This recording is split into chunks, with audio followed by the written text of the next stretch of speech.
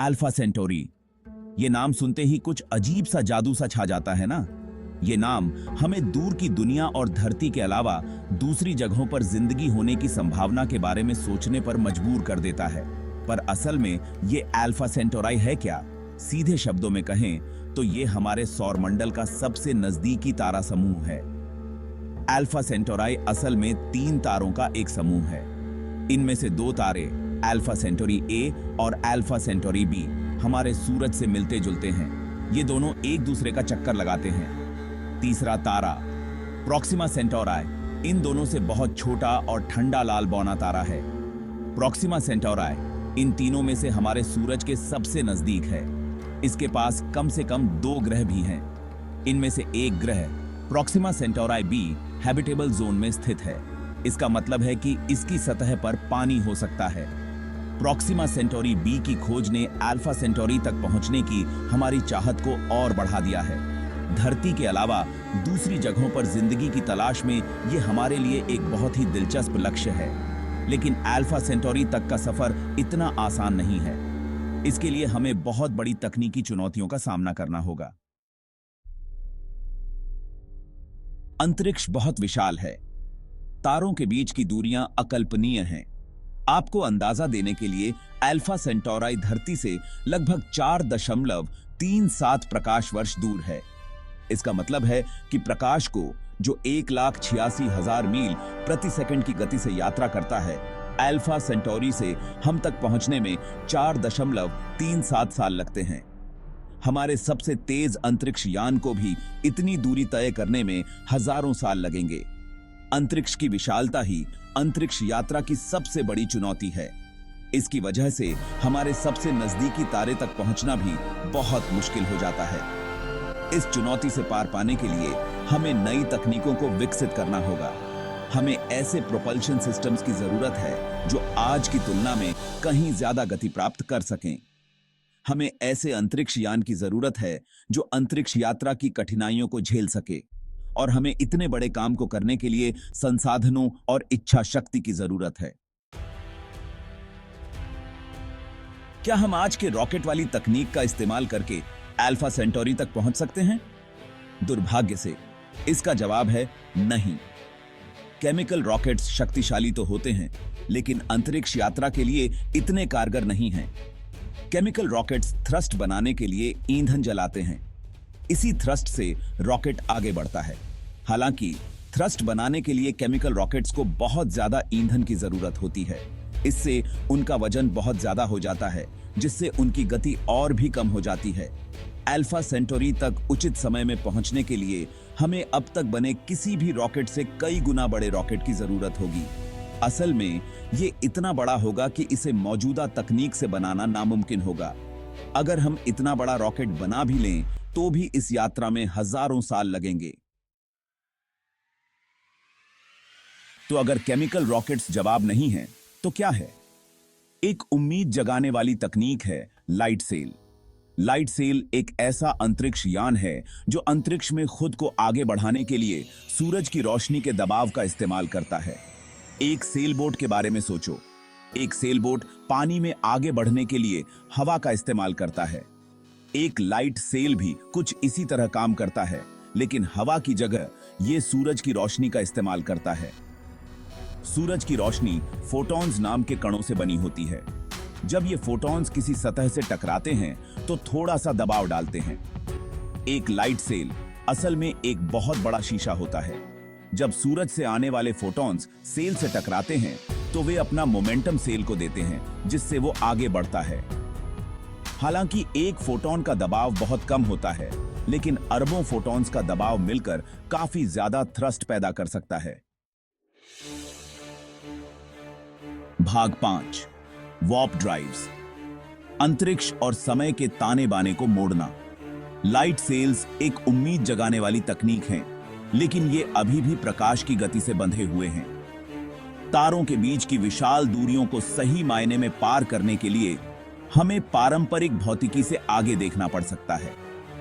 एक काल्पनिक अवधारणा जो हमें प्रकाश से भी तेज यात्रा करने की अनुमति दे सकती है, वह है वार्प ड्राइव। वार्प ड्राइव की अवधारणा विज्ञान कथाओं से आई है, लेकिन यह वास्तविक भौतिकी पर आधारित है। एल्बर्ट आइंस्टाइन के सामान्य सापेक्षता के सिद्धांत से पता चलता है कि अंतरिक्ष और समय निरपेक्ष नहीं हैं। उन्हें विशाल पिंडों द्वारा मोड़ा और झुकाया जा सकता है। एक वार्प ड्राइव एक अंतरिक्ष यान के चारों ओर विकृत स्पेस टाइम का एक बुलबुला बनाकर काम करेगा। यह बुलबुला अंतरिक्ष यान के सामने स्पेस टाइम को सिकोड़ देगा और उसके पीछे स्पेस टाइम का विस्तार करेगा। यह अंतरिक्ष यान को भौतिकी के नियमों को वास्तव में तोड़े बिना प्रकाश की तुलना में तेज गति से यात्रा करते हुए स्पेस टाइम की एक लहर पर प्रभावी ढंग से सर्व करने की अनुमति देगा। भाग 6 फ्यूजन पावर, तारों की ऊर्जा को खोलना। वार्प ड्राइव्स अभी भी काफी हद तक सैद्धांतिक हैं, लेकिन एक और तकनीक जो अंतरिक्ष यात्रा में क्रांति ला सकती है वह है फ्यूजन पावर। फ्यूजन वह प्रक्रिया है जो सूर्य और अन्य तारों को शक्ति प्रदान करती है। इसमें परमाणुओं के नाभिकों को एक साथ जोड़ना शामिल है। इस प्रक्रिया में भारी मात्रा में ऊर्जा निकलती है। केमिकल रॉकेट्स की तुलना में फ्यूजन पावर के कई फायदे हैं। सबसे पहले, यह अविश्वसनीय रूप से कुशल है। केमिकल रिएक्शंस की तुलना में फ्यूजन रिएक्शंस बहुत अधिक ऊर्जा जारी करते हैं।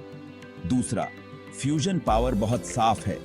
यह ग्रीन हाउस गैसों या अन्य प्रदूषकों का उत्पादन नहीं करता है।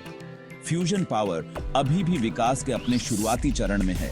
हालांकि अगर हम फ्यूजन की शक्ति का दोहन कर सकते हैं तो यह हमें अंतरिक्ष यान को शक्ति प्रदान करने के लिए आवश्यक ऊर्जा प्रदान कर सकता है। भाग 7 सितारों तक पहुंचने के फायदे।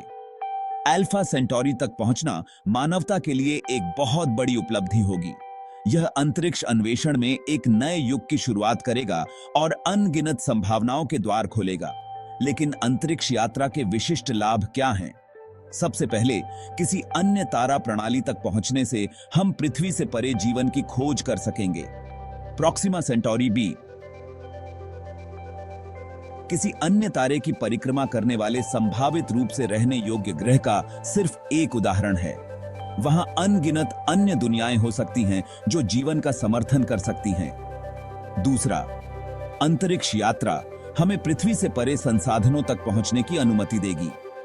हमारे ग्रह के संसाधन सीमित हैं। जैसे जैसे हमारी आबादी बढ़ती है, हमें ऊर्जा, खनिजों और अन्य संसाधनों के नए स्रोत खोजने होंगे। अंत में, सितारों तक पहुंचने से आने वाली पीढ़ियों को प्रेरणा मिलेगी और मानवीय सरलता की सीमाओं को आगे बढ़ाया जा सकेगा।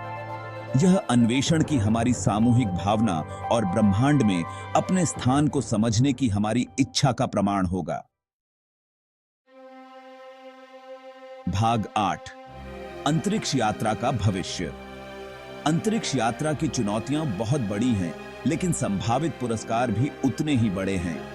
निरंतर शोध और विकास के साथ हम एक दिन इन चुनौतियों से पार पाने और सितारों तक पहुंचने में सक्षम हो सकते हैं। Light sails, warp drives, fusion power, ये कुछ ऐसी प्रौद्योगिकियां हैं जो अंतरिक्ष यात्रा को वास्तविकता बना सकती हैं। यह निश्चित रूप से कहना असंभव है कि इनमें से कौन सी तकनीक, यदि कोई है, तो अंततः सफल साबित होगी। लेकिन एक बात तय है, ब्रह्मांड का पता लगाने की हमारी इच्छा हमें आगे बढ़ाती रहेगी। भाग 9 संभावनाओं का ब्रह्मांड। ब्रह्मांड विशाल है और रहस्यों से भरा है। ब्रह्मांड का पता लगाने के हमारे सफर में अल्फा सेंटोरी बस एक छोटा सा कदम है। जैसे जैसे हम विज्ञान और प्रौद्योगिकी की सीमाओं को आगे बढ़ाते रहेंगे, कौन जानता है कि हम किन अजूबों को उजागर करेंगे। शायद हमें परग्रही जीवन का प्रमाण मिलेगा, शायद हमें नई दुनियाएं मिलेंगी जिन्हें हम घर कह सकें, या शायद हम जिस ब्रह्मांड में रहते हैं उसकी सुंदरता और जटिलता के लिए बस एक गहरी प्रशंसा हासिल करेंगे। भविष्य जो भी हो, एक बात तय है, अन्वेषण की यात्रा अब भी शुरू ही हुई है।